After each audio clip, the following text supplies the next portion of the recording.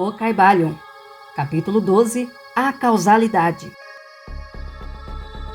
Toda causa tem seu efeito, todo efeito tem sua causa. Todas as coisas acontecem de acordo com a lei. O acaso é simplesmente o nome dado a uma lei não reconhecida. Existem muitos planos de causalidade, mas nada escapa à lei. O Caibalion. O sexto grande princípio hermético, o princípio de causa e efeito, contém a verdade que a lei domina o universo. Nada acontece por acaso, que este é simplesmente um termo para indicar a causa existente, porém não reconhecida ou percebida, que os fenômenos são contínuos, sem interrupção ou exceção. O princípio de causa e efeito está oculto em todas as ideias científicas antigas e modernas, e foi anunciado pelos instrutores herméticos nos primitivos dias. Quando se levantaram muitas e variadas disputas entre as diversas escolas de pensamento, estas disputas foram principalmente sobre os detalhes das operações do princípio, e ainda as mais das vezes sobre a significação de certas palavras. O princípio obscuro de causa e efeito foi aceito como exato, praticamente por todos os pensadores de nomeada do mundo inteiro. Pensar de outro modo seria subtrair os fenômenos do universo do domínio da lei e da ordem, e proscrevê-lo ao domínio de uma causa imaginária que os homens chamaram o acaso. Uma pequena consideração mostrará a todos que em realidade não existe alguma coisa de puro acaso. Webster define a palavra acaso do modo seguinte: um suposto agente ou período de atividade diferente da força, lei ou propósito, a operação de atividade de tal agente, o suposto eleito deste agente, um acontecimento fortuito, uma causalidade, etc. Porém, um pequeno exame mostrar-vos-á que não existe um agente com um acaso, no sentido de uma coisa fora da lei, uma coisa fora de causa e efeito. Como poderia ser uma coisa que agisse no universo fenomenal, independente das leis da ordem e da continuidade deste último? Tal coisa seria inteiramente independente do movimento ordenado do universo e, portanto, superior a este. Não podemos imaginar nada fora do todo, que esteja fora da lei. Isto somente porque o todo é a própria lei. Não há lugar no universo para uma coisa fora e independente da lei. A existência de tal coisa tomaria sem efeito todas as leis naturais e mergulharia o universo em uma desordem e ilegalidade caótica. Um exame cuidadoso mostrará que aquilo que chamamos acaso é simplesmente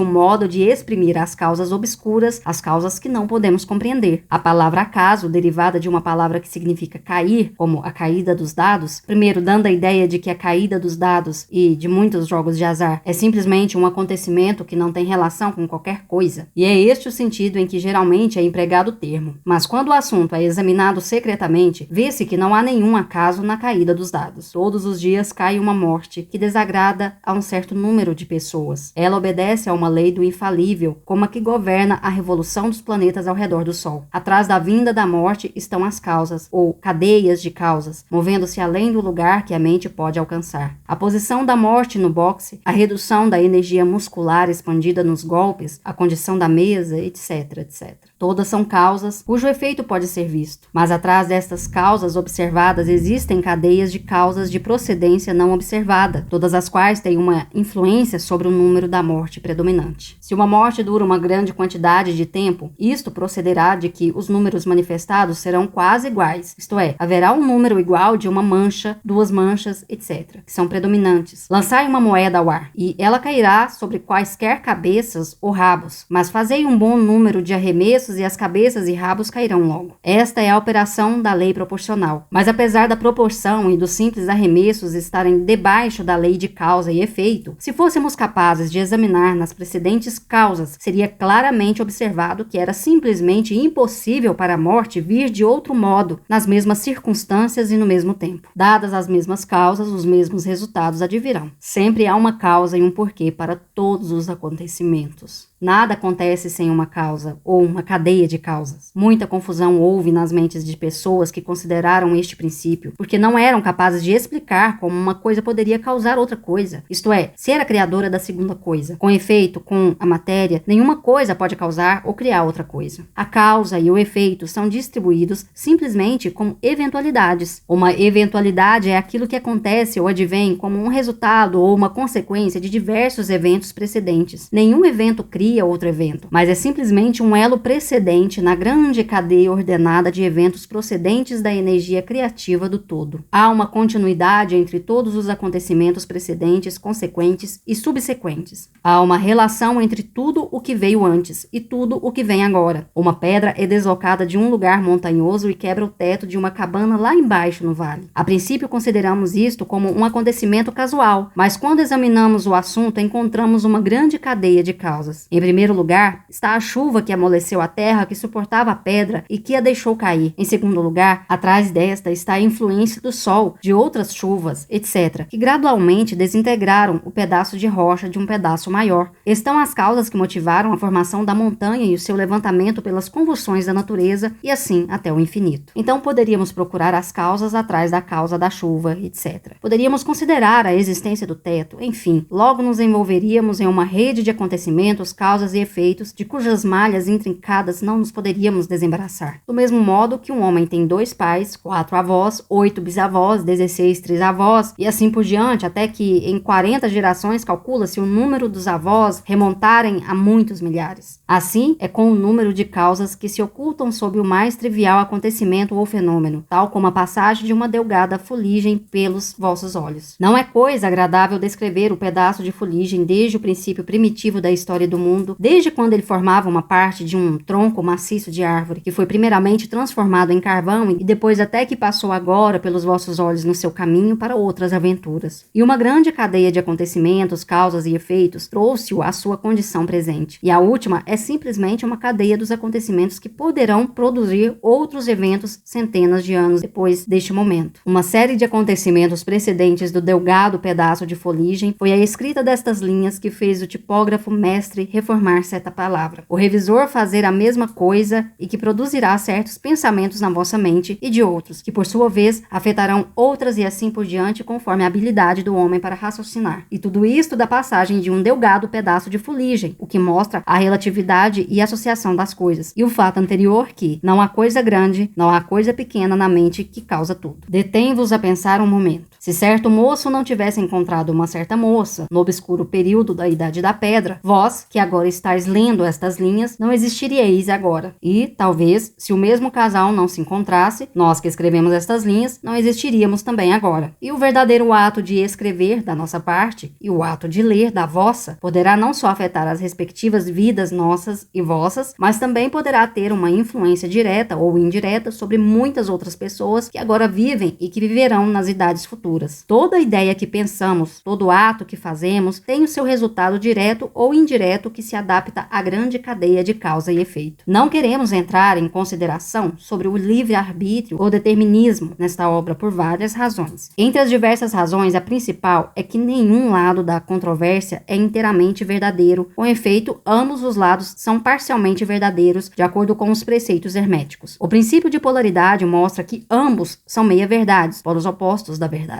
Os preceitos são que o homem pode ser livre e ao mesmo tempo limitado pela necessidade, dependendo isto da significação dos termos e elevação da verdade cuja significação é examinada. Os escritores antigos expressam este assunto assim: a criação que está mais distante do centro é a mais limitada. Quanto mais próximo chega do centro, tanto mais livre é. A maioria das pessoas são mais ou menos escravas da hereditariedade dos que as rodeiam, etc., e manifestam muito pouca liberdade. São guiadas pelas opiniões, os costumes e as ideias do mundo exterior e também pelas suas emoções, sensações e condições, etc. Não manifestam domínio algum, digno de nome. Indignamente repudiam esta asserção, dizendo: pois eu certamente sou livre para agir e fazer como me apraz. Faço justamente o que quero fazer. Mas deviam explicar melhor o quero e como me apraz. Que os faz querer fazer uma coisa de preferência a outra, que lhes aprazer fazer isto e não aquilo. Não existe porque para o seu prazer e desejo, o mestre pode mudar estes prazeres e vontades em outros no lado oposto do polo mental. Ele é capaz de querer por querer, sem querer por causa das condições, emoções, meio, sem tendências ou desejo, sensações ou sugestões. A maioria das pessoas são arrastadas como a pedra que cai, obediente ao meio, às influências exteriores e às condições e desejos internos, não falando dos desejos e das vontades de outros mais fortes que elas, da hereditariedade, da sugestão que as levam sem resistência da sua parte, sem exercício da vontade. Movidas, como os peões no jogo de xadrez da vida, elas tomam parte neste e são abandonadas abandonadas depois que o jogo terminou. Mas os mestres, conhecendo a regra do jogo, elevam-se acima do plano da vida material e, colocando-se em relação com as mais elevadas forças da sua natureza, dominam as suas próprias condições, os caracteres, as qualidades e a polaridade, assim como o meio em que vivem, e deste modo tornam-se motores em vez de peões, causas em vez de efeitos. Os mestres não escapam da causalidade dos planos mais elevados, mas concordam com as leis superiores e assim dominam as circunstâncias no plano inferior. Eles formam parte consciente da lei sem serem simples instrumentos. Enquanto servem nos planos superiores, governam no plano material. Porém, tanto nos superiores como nos inferiores, a lei está sempre em ação. Não há coisa do acaso. As deusas cegas foram abolidas pela razão. Agora podemos ver com olhos esclarecidos pelo conhecimento que tudo é governado pela lei universal. O infinito número de leis é simplesmente uma manifestação da única grande lei, a lei que é o todo. É verdade, contudo, que nem mesmo um pardal fica descuidado à mente do todo, assim como os cabelos da nossa cabeça são contados, como disseram as escrituras. Nada há fora da lei, nada do que acontece é contrário a ela. Contudo, não cometais o erro de supor que, por causa disso, o homem é simplesmente o cego autômato. Os preceitos herméticos ensinam que o homem pode usar a lei contra as leis, e que a vontade superior prevalece contra a inferior, até que, por fim, procure refúgio na própria lei e olhe com desprezo as leis inferiores. Sois capaz de compreender a mais íntima significação disto?